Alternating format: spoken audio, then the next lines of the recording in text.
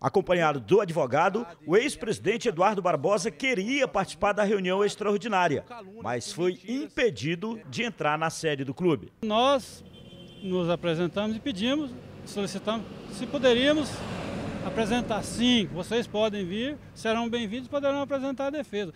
Por isso é que nós, com a garantia do Paulino Vilela, então presidente do Conselho Deliberativo em exercício, com autoridade para tal, garantiu que seria bem recebido aqui. É uma das maiores marcas, mais populares do Centro-Oeste. Mas que infelizmente hoje ele é administrado à semelhança daquelas favelas carioca, onde um traficante bota uma guarita na entrada e entra quem ele tem. Não é... Você está chamando o pessoal lá de dentro de traficante? Não, estou falando que o comportamento deles é semelhante. O que foi impedido o Eduardo não pôde entrar? Já que ele disse que teria tido um acordo com o senhor para que participasse da reunião. Não, o doutor Otávio vai falar em nome do conselho, da reunião. Não, porque ele usou seu nome. Eu gostaria da sua resposta, que o Se Eduardo eu Barbosa fosse presidir a reunião, eu falei para ele que daria espaço para ele. Mas havia um acordo entre o senhor e ele? Não. A reunião foi convocada para aclamar o substituto de Eduardo Barbosa e eleger primeiro o vice-presidente e o vice financeiro do Vila. Eleito presidente executivo em dezembro de 2011, Eduardo Barbosa teve mandato cassado em abril pelo Conselho Deliberativo depois de uma CPI ter apontado irregularidades administrativas. O ex-presidente queria apresentar defesa. A polícia militar, com viaturas, foi chamada à frente da sede colorada. Eu solicitei a polícia porque eu fiquei até com medo, porque eu cheguei aqui, não me deixaram entrar, vieram correndo de lá me xingando, entendeu? Brigando e arrumando confusão. Aí eu pedi à polícia para que as coisas fossem bem registradas.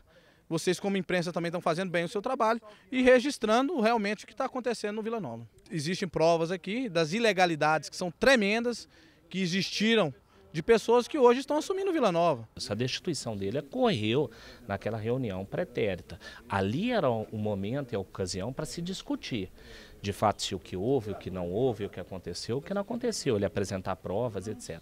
Foi notificado formalmente do processo administrativo para aqui estar, foi convocado para participar da reunião extraordinária com fim específico de destituí-lo e ele quedou-se inerte. Ou seja, o que a gente percebe é um ato de súplica para querer tumultuar os trabalhos do Vila Nova, que estão sendo pautados por um trabalho ordeiro, urbano, transparente, com relacionamento com a imprensa também urbano, transparente, para trazer o Vila Nova às claras de novo.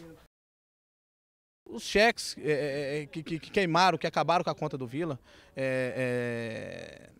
notas frias, recibos assinados falsificadamente, entendeu? Saiu dinheiro do caixa do Vila, montantes maiores do que 50 mil, e o ex-presidente, que era o presidente na situação, não sabe quem que assinou o recibo, como que saiu esse dinheiro. E não foi uma, nem duas, nem três vezes, são várias vezes. É o caso do Wendel, que se tornou público, o caso do William, o caso do Osmar e outros muitos casos que eles têm que esconder. Então, comigo na presidência, esses casos iriam vir à tona, só que infelizmente o Vila Nova é podre por dentro. Existem pessoas que tomam conta, que é o presidente do conselho, pessoas que tomam conta do COF, estão nesse esquema que existe dentro do Vila Nova, que estão acabando, estão arrebentando com o Vila Nova.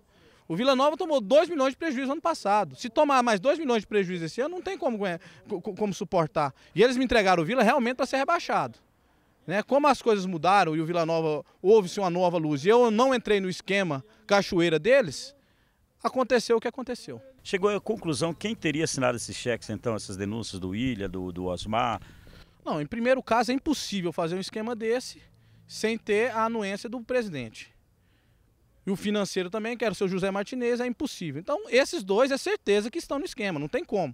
O financeiro e o presidente, em exercício, tem que estar dentro, porque não tem como fazer um recibo, tirar o dinheiro do caixa com um recibo falso, sem a anuência dessas duas pessoas. O tanto que o Paulo Diniz defende toda essa situação, ele deve estar envolvido. Porque se ele não tivesse envolvido, ele não ia defender com unhas e dentes. O COF, que faz vista grossa para isso aí, faz de conta que não existe, tem que estar envolvido também.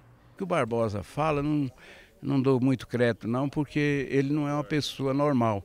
O Barbosa é o sujeito assim, é como um cara que é viciado em droga, você pode dar o tipo de conselho que você quiser para esse viciado em droga, que ele não deixa da droga, sabe? O Barbosa não deixa de ser malandro, todo conselho que você der a ele é pouco, ele não quer deixar de ser malandro. Então como é que eu vou fazer? Ele quer ser malandro, eu vou fazer o quê? É a opção dele. Eu não tenho nada contra ele, não. Ele pode ser malandro tanto que ele quiser. Agora, dentro do Vila Nova, ele não vai ser malandro, não. Ele está querendo voltar para dentro do Vila Nova por quê? Para fazer honestidade aqui dentro. Por que ele não fez honestidade da vez que ele foi presidente?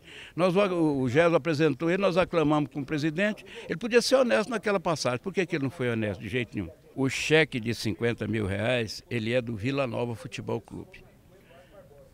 Se ele veio aqui dentro do Vila Nova e pegou o cheque e carregou, eu não sei qual é o nome que se dá a isso, porque eu não sou muito acostumado com crimes não, sabe?